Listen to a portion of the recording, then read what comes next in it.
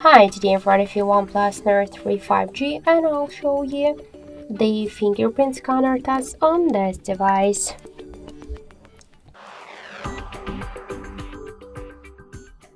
So I just set up my fingerprint to the scanner on the lock screen, and now I'll make a couple of tries to unlock the device with my fingerprint, and we'll see how fast this option is and does it works.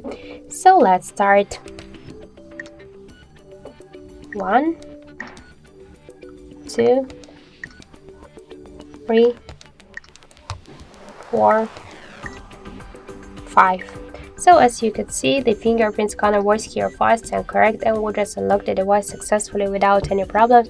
You should just hold for a while your fingerprint on the scanner. You should just keep it on it just for 2 seconds, because with a simple touch you have no chance to unlock the device. So that's it. Thank you for watching, and if you like this video, leave thumbs up and subscribe.